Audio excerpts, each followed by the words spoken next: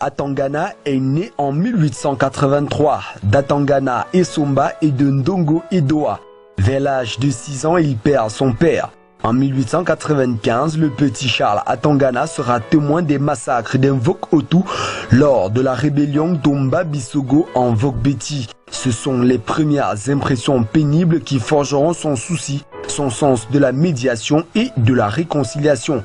En effet, après une brève victoire surprise d'Omba Bisogo, Zimmermann s'est lancé dans une expédition punitive avec le secours de Bartsch et Müller. Le petit Atangana est traumatisé de voir le vieil Omba Bisogo, homme extrêmement fier et redouté, s'humilier en venant se constituer prisonnier au poste de Yaoundé afin d'arrêter les massacres. En 1896, son oncle Esomba Ngonti le confie au major Hans Dominique avec son cousin Chungi Akoa, à la demande de l'administrateur allemand qui veut former les premiers cadres Ewondo. Ils sont donc 4 petits garçons. Charles Atangana rejoindra les 3 autres, partis 6 mois plus tôt à Kribi à l'école des pères palotins.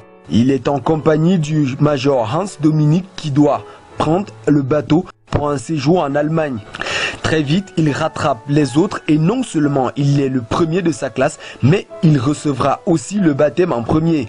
Vers la fin de l'année 1899, les études sont brutalement interrompues par la révolte des Boulous qui envahissent Kribi. L'école et la mission sont saccagées. Le petit Atangana se réfugie avec les pères palotins à Douala. Il est convaincu d'aller s'installer à Yaoundé où les populations sont plus hospitalières. Au mois d'août de l'année 1900, il est appelé à Victoria par le chef de poste lui-même pour servir d'interprète aux 500 otages Boulous qui venaient de débarquer comme travailleurs exigés en représailles de la révolte sanglante de 1899. Charles Atangana s'acquitte bien de cette tâche pendant 6 mois, tout en apprenant parallèlement le métier d'infirmier.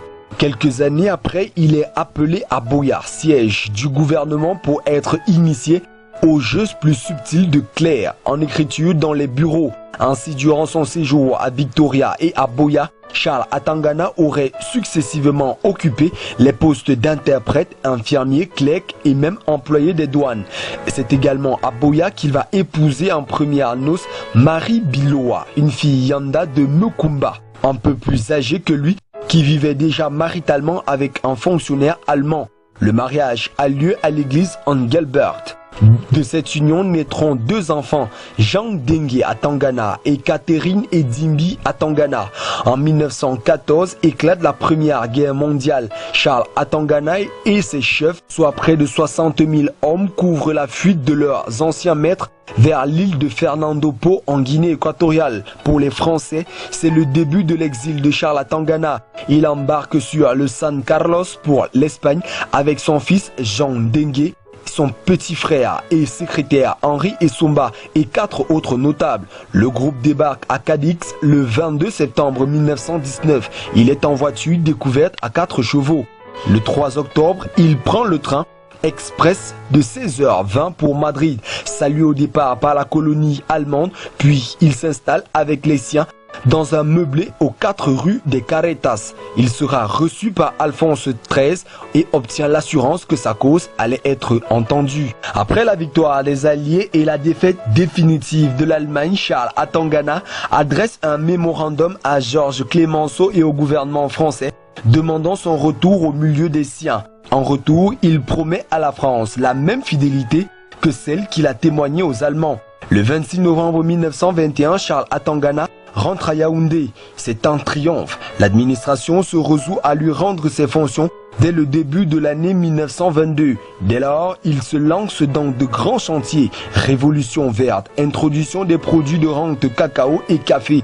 Tous les chefs bétis sont mobilisés pour cela. Réorganisation du commandement indigène dans la région de Yaoundé. Il nomme de nouveaux chefs. Entre 1925 et 1940, Charles Atangana applique un vaste programme de modernisation du pays béti. Réforme du vêtement, réforme de l'habitat, tracé et amélioration des pistes et des routes. En 1930, il est même invité à la grande exposition coloniale de Paris. Au courant du mois de 1943, l'état de santé de Charles Atangana s'aggrave chaque jour.